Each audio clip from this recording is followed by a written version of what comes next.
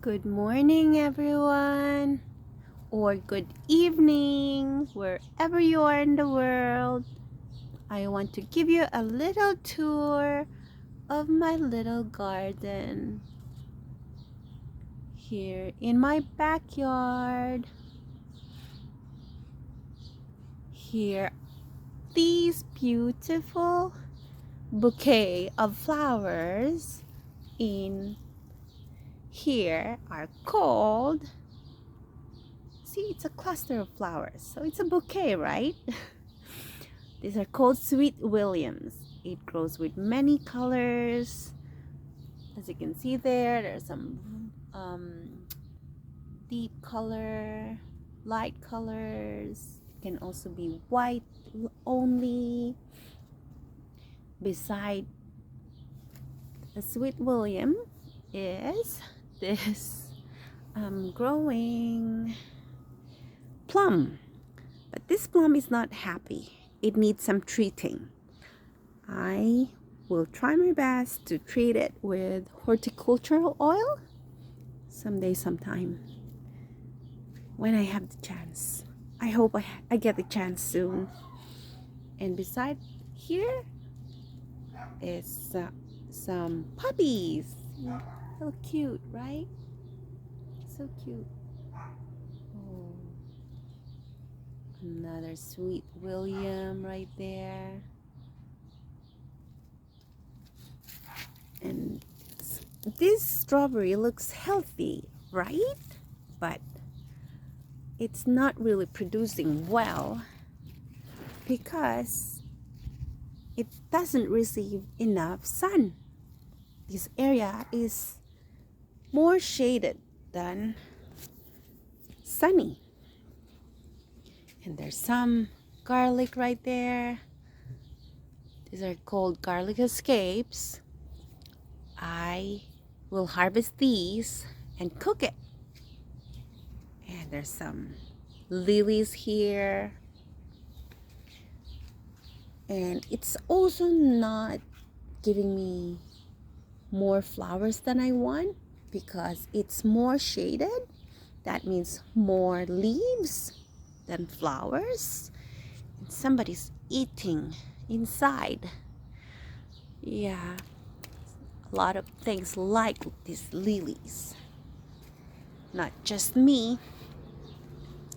Beside here, I have some peas. And I see some thing eaten here. Birds like to eat the leaves, the flower, because these are edible.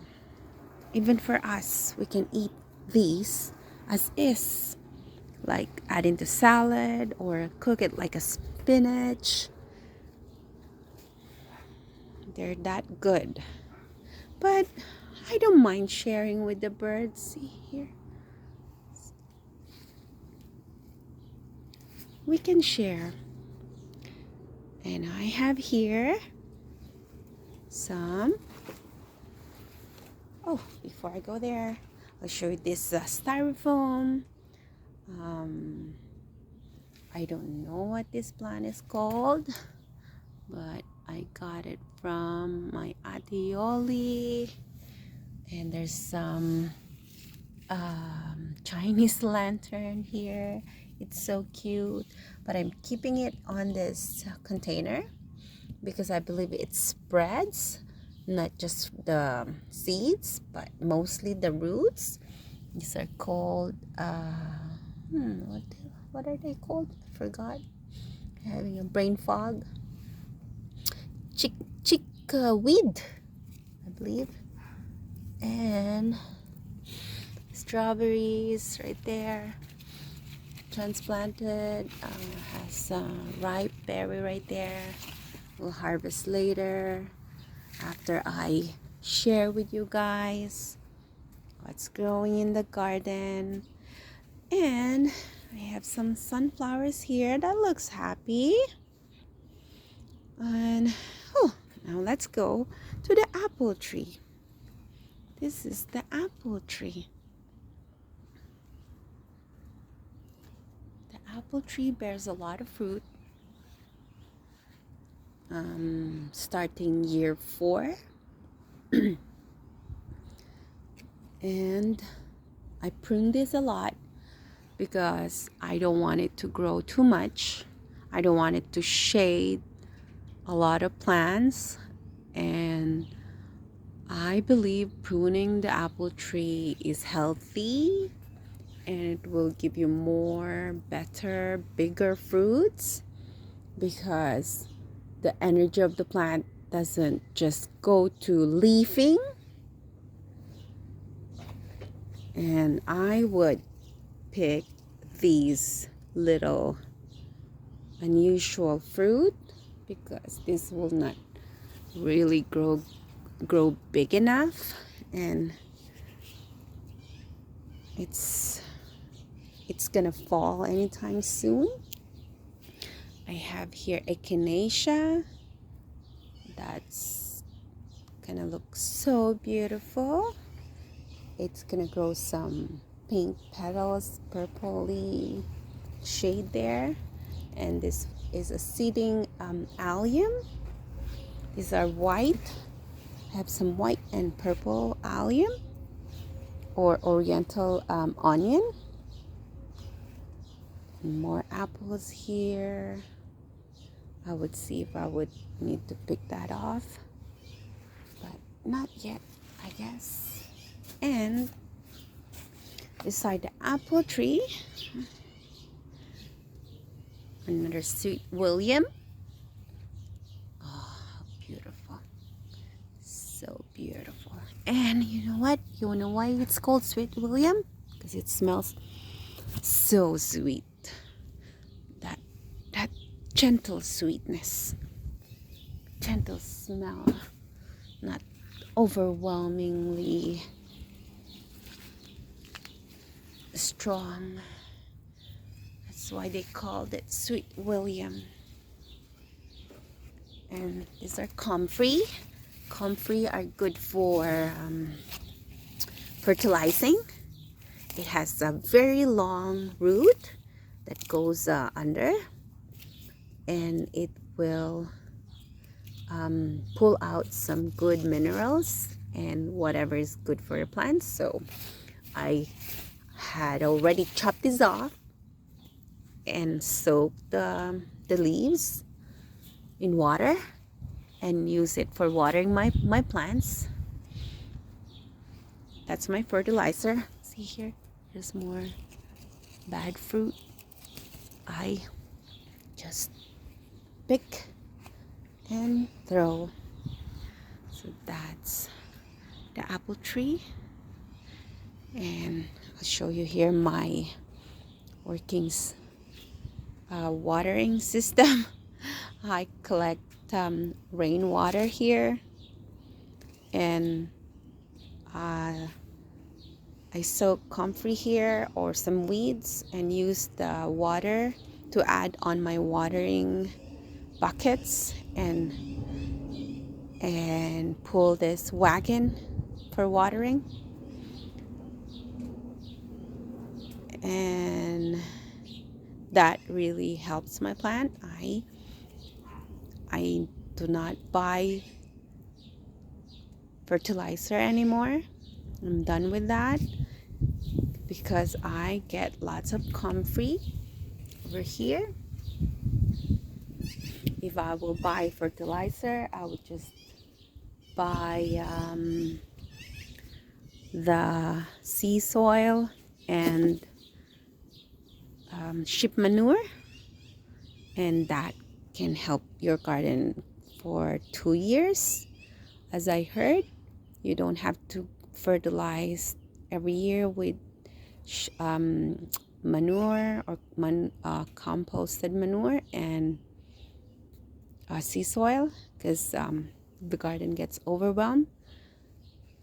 And over here I have some potatoes growing on crates, and with potatoes I want to keep them healed. I always top with compost or garden soil because I don't want the crops to be exposed to sun, because when potatoes are potato crops are green, it is poisonous, they said. And I have some working stations here because I do thin my perennials and sell those, or even give it away, whichever comes first. And over here I have they call these the golden coneflower. It grows above or over the fence up to that level of the rebar, with beautiful frilly yellow flowers. And this way I am growing some peas in pots, and that's a bachelor's button that I pulled out from my walkway. And I have some fall sunflower growing here, some planter.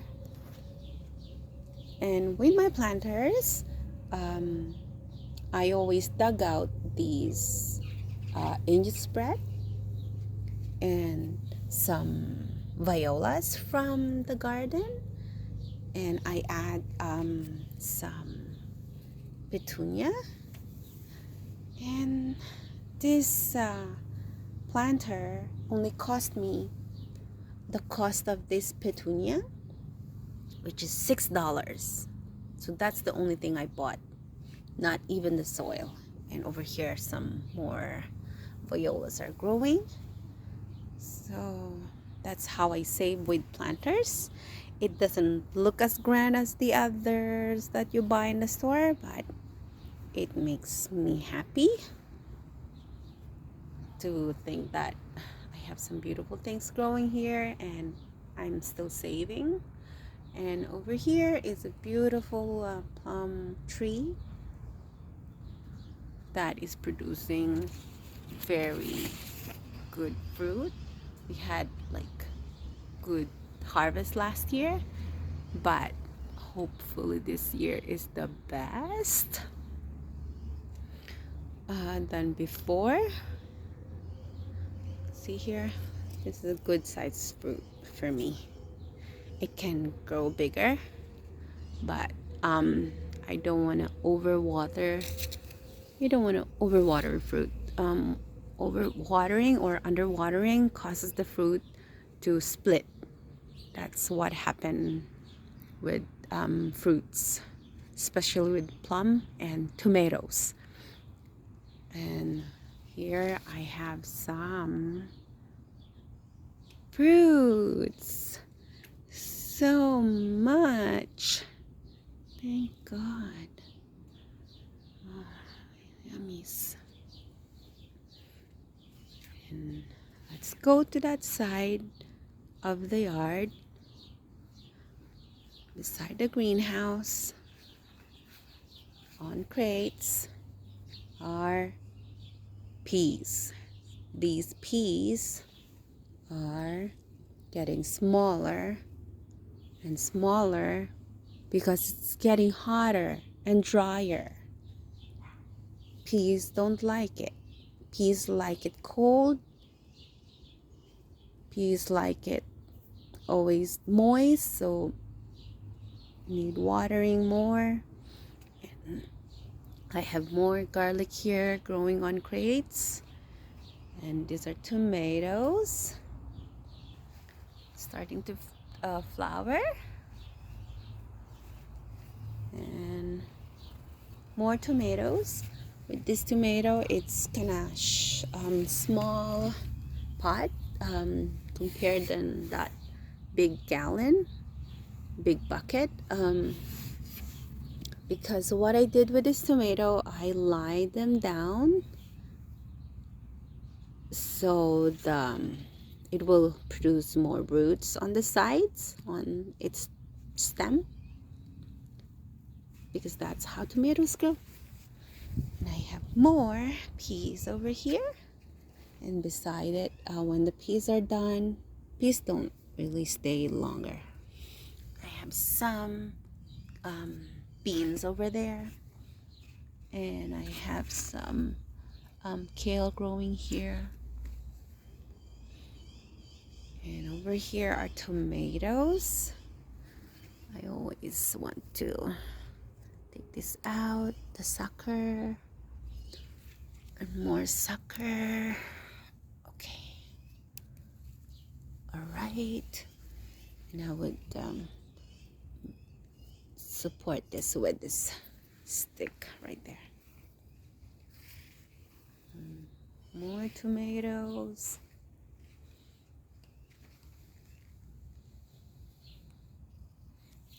Flowering now. And before we go inside the greenhouse, I'll bring you over here. I have some squash growing here that I want to grow up onto this makeshift trellis up to the deck, because they can go crazy. They can go everywhere. They will cover everything if you let them be. So that needs watering. These potatoes are happy, very happy, growing on top of the compost. See here, but growing potatoes on compost is the trick is you should put topsoil first, about 6 inches of topsoil, and then put your potatoes in there, cover it up, and there it is. I don't even have to worry about staking it because this is supporting it already. And how good is that, right? And over here, potatoes, more potatoes, you guys, on crates. And remember, healing, covering. And I have some calendula. I like some flowers everywhere. And more potatoes right there. I have some peas growing beside it. And I have some beans. And more potatoes, you guys. This is lower. That's why it's like that. But this is the one that I will harvest the very first, because see here, it's blooming already. That's a good sign. As you can see here, I put this coconut fibers and this cloth to cover here, because I don't want the grass growing here, because it's a lot of work to mow here. And I would also use some old rice bags or sacks to suppress the grass and weeds.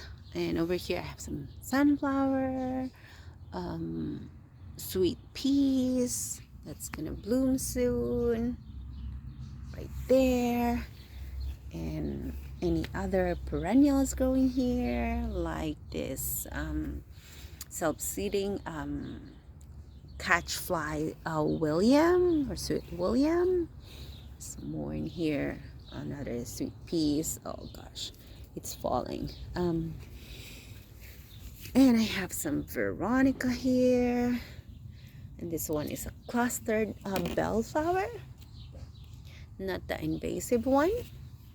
And more viola. See, these violas are very cute, and I just use them for my planters, and it's really that easy for me to just get them wherever in the garden, because I let them self-seed and grow.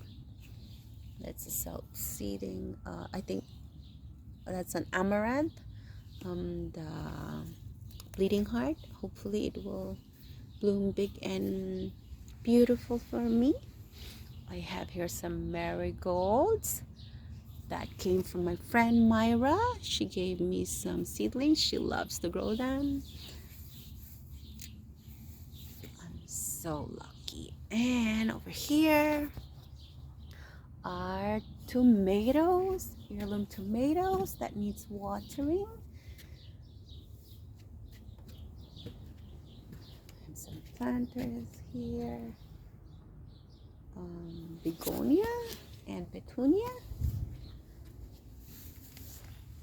And over here, tomatoes that are fruiting already. You see that? It's cute, right?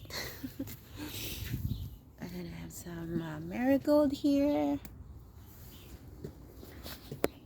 You guys, planters are expensive, so having marigold on pots like that as in a planter will be great for me. Plus it benefits the garden. Oh, and those are tomatoes, and this one is called Angel's Breath. It's perennial, and what I do is during fall time, I would dug this underground or under the dirt, so it will get protected from the cold, so I can dug it back up during springtime and have a beautiful planter for free. How beautiful. And these are the gladiolus. I love gladiolus. I grow them from water inside the house and then transfer them in pots. If you want to see a video about that, I have it in my YouTube channel. It's called Gardening with Nanay. And I have some tomatoes growing in the greenhouse. These are cherry tomatoes. I have 3 kinds: the orange, the yellow, and the red. Of course. See here, some fruits looking good. Oh, hopefully they will ripe for me soon. That's what I like about cherry tomatoes. They don't have to grow big like the others, so this way you get earlier fruits. And more tomatoes. And look here, my suffering plant, because I did not water yesterday and I was scorching hot, and I don't know what I'm growing here. It's a surprise. I was thinking it was the foxglove, but it's not fuzzy, so could be another kind of sweet William. And I have a guava growing beside it. This was inside, so I brought it out because of whatever's growing beside it. And over here I have some asparagus. I want to tell you the story of asparagus. These asparagus are from seeds, and the seeds came from our walk into the woods of Edmonton. I just recognized the plant, and it was bearing fruit with seeds, and it was right. So it gave me the perfect chance to harvest some seeds and plant them. And here you go. Now the challenge will be where to plant it, because I have a small garden. but I hope I can find a way. Okay, I have some mint growing here. I keep the mint on pots because they grow crazy if you let them be. So grow them in pots, and you don't want mint to mix with other plants because it loses its original kind. Like this used to be chocolate mint. I don't know what happened. It does not smell like chocolate mint anymore. It's like peppermint now, but I still love it. I love mint on hot water, mint tea. And I have some thyme here. Ah, that smells so good. Oh, that's why I keep them in pots. I want to bring them during colder season because I love that fresh scent inside the house. You just brush on them and sniff and enjoy that freshness.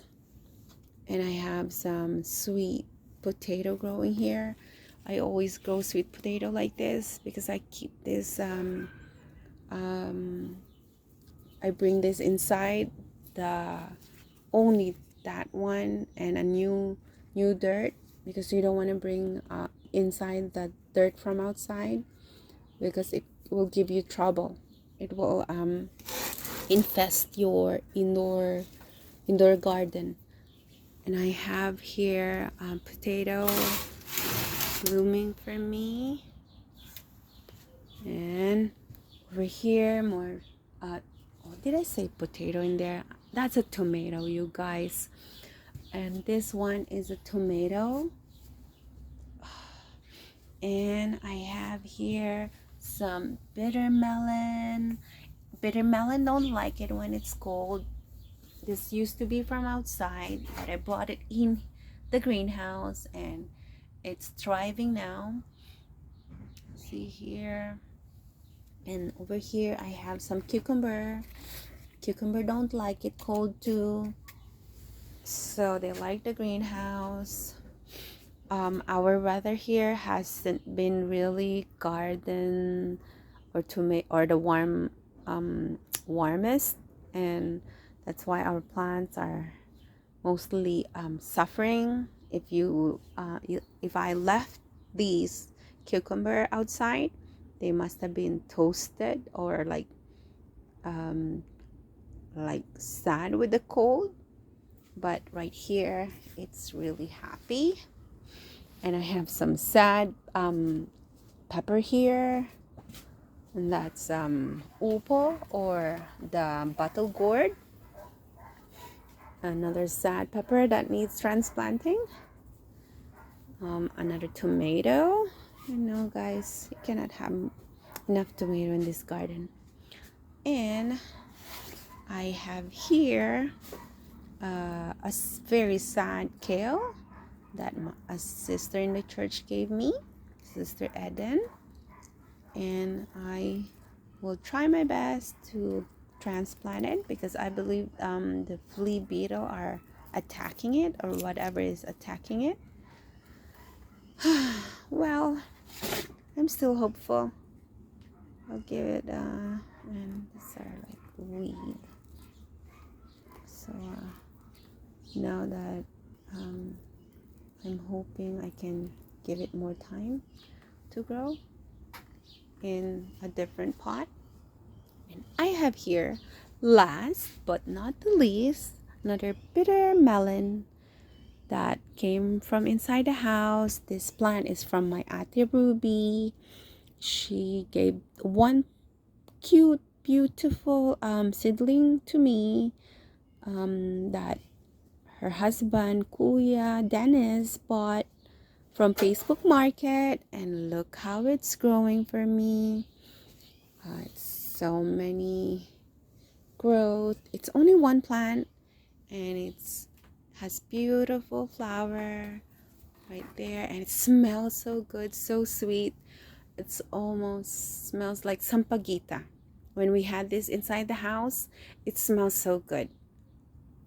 I was surprised about that, but I'm so glad it smells so good. And the bitter melon has this good smell too. It's really, it's not strong for me. It's that unique smell that's kind of soothing actually. And it bears fruit. See here? Yep. And it's one of the healthiest vegetable. They said it's good for blood. Even some people even chew the bitter leaves to regulate their sugar, they said. And we cook this with some soup because it's good, you know. You like that. It's if you tested arugula, there's some relevance or connection to that bitterness. And as you can see here, I have some fruits. It looks good, and I'm hoping it's gonna go up there and give more fruits. You know, look at that cuteness. Oh, okay, that's about it, guys. Growing here in our garden, backyard garden. I'm not gonna show you in this video the front garden because it's already 31 minutes. And I don't really want to edit this video because life is busy, you guys. I have to go on. But I love to share with you. And I hope you like this video. And you learned something new today. And hopefully it will inspire you to grow your own garden. Even in pots and whatever way you can grow, and start little. Always start tiny things, like just growing pots, growing on